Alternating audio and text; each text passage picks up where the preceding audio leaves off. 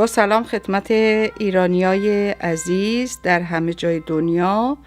امروز خورشت بادمجون رو میخوام آموزش بدم که هم گیاهیه و هم رژیمی. اول مواد اولیه‌ش رو براتون توضیح میدم. بادمجان که پوستش رو قبلا کندم که در وقت صرفه جویی بشه 3 عدد، پاپریکا یا همون فلفل دلمه‌ای 1 عدد، رب گوجه فرنگی 2 قاشق، نمک و زردچوبه و فلفل قرمز به مقدار کافی، پیاز 1 عدد، روغن کم چرب به مقدار خیلی کم و سویای تیکه‌ای 160 گرم.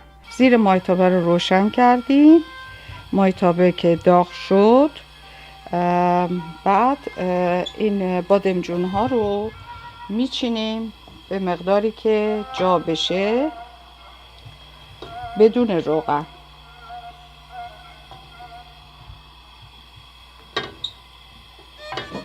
و به اندازه‌ای که برای اینکه مایتابه تر نگیره خیلی کم.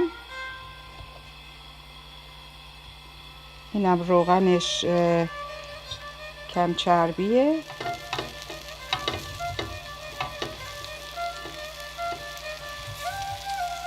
اینو با همین به اندازه 1 قاشق غذاخوری روغن ریختم که این بادمجونا رو با این سرخش کنم. بعد از سرخ شدن بهتون نشون میدم.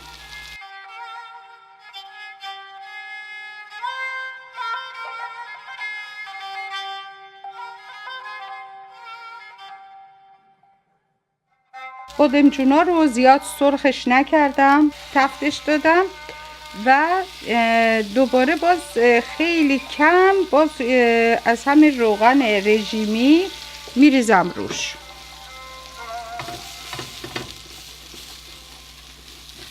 و با همین توی این مایتابه جابجا میکنم بادمجونا رو که به همه جاش روغن برسه.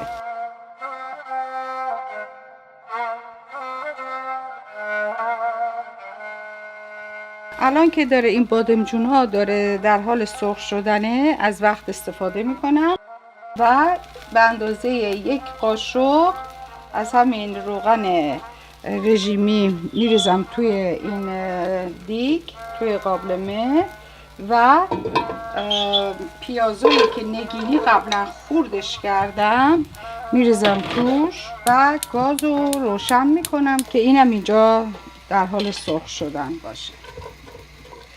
ته قابلمه رو فقط اینجا من چرب کردم که از روغن کمتری استفاده بشه برای کسایی که رژیم دارن. بادمجونا رو به اندازه‌ای که باید سرخ میشد سرخشون کردم و اینا رو از توی مایتابه خارج میکنم.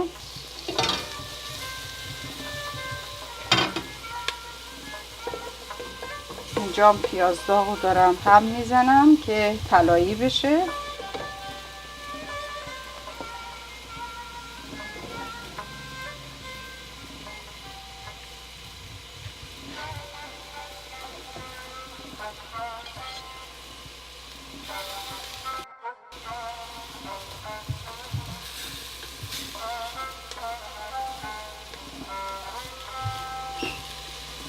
هنوز بادمجونا سرخ نشده چون این شعله این گاز من خیلی قویه، برای همین باید مواظب باشم که بادمجونا نسوزه. باید خیلی سریع باید اینا رو چک کنم، نگاه کنم که اینا نسوزه.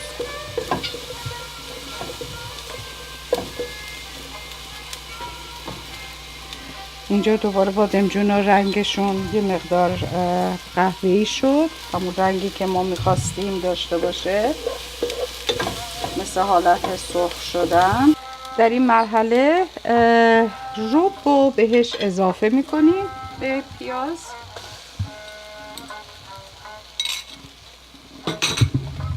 و ربمون رو با همین پیاز داغ سرخش میکنیم.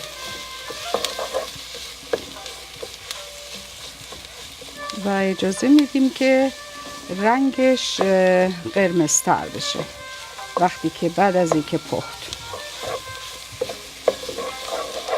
بادمجونا رو یه بار دیگه چک میکنیم. بله این بادمجونا هم درست شد.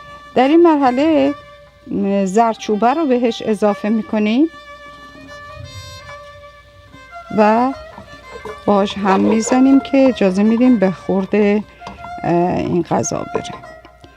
و نمک رو میتونیم آخر سرم اضافه کنیم، ولی به نظر من چون غذا گیاهیه میتونیم الانم نمکش رو بهش اضافه کنیم. و 1 لیتر آب جوشیده بهش اضافه میکنیم. بادمجونا رو توی قابلمه میچینیم و در قابلمه رو میذاریم. اجازه میدیم که غذا به جوش بیاد و بپزه. این حدود بعد از اینکه به جوش اومد و نیمه پخت شد، فلفل دلمه ها رو که اینجا من خرد کردم اینا رو بهش اضافه میکنیم که الان میخوایم در وقت صرفه جویی بشه، همین الان اضافه میکنیم.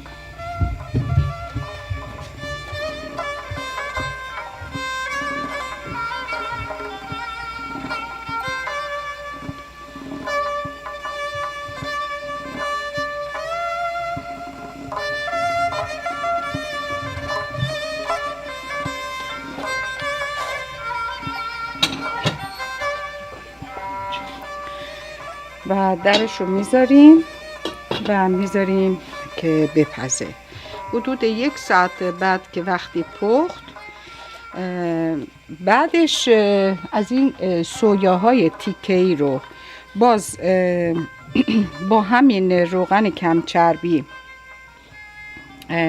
با 1 قاشق روغن میتونیم اینا رو تفتش بدیم، سرخش کنیم و موقعی که یه 5 دقیقه جوش بخوره با خورشتمون کافیه.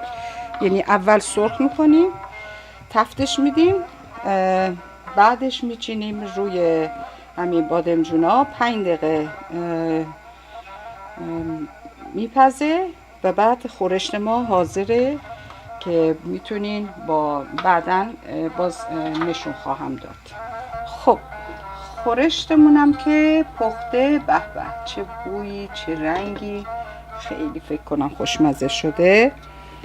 بعد حالا من به این توی این مایتابه به اندازه 1 قاشق یا 2 قاشق بهش روغن اضافه کردم، از همون روغن رژیمی.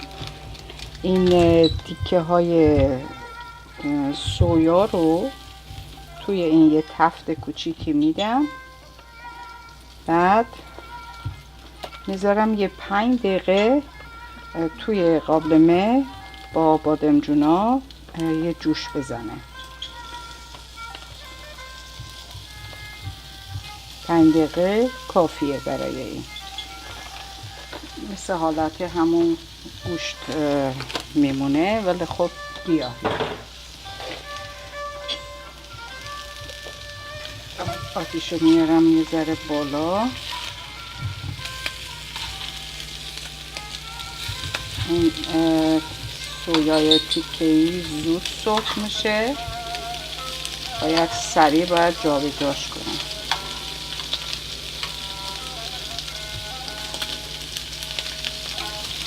اگه کسی دوست نداره رژیم داشته باشه، این کارو میتونه با کره یا گیاهی یا کره حیوانی انجام بده، سرخ کنه و خیلی خوش‌طعم و خوش رنگ میشه. حالا در این مرحله من اینو میخوام به خورشتمون میخوام اضافه کنم که 5 دقیقه با این جوش میزنه، میپزه. 5 دقیقه کافیه.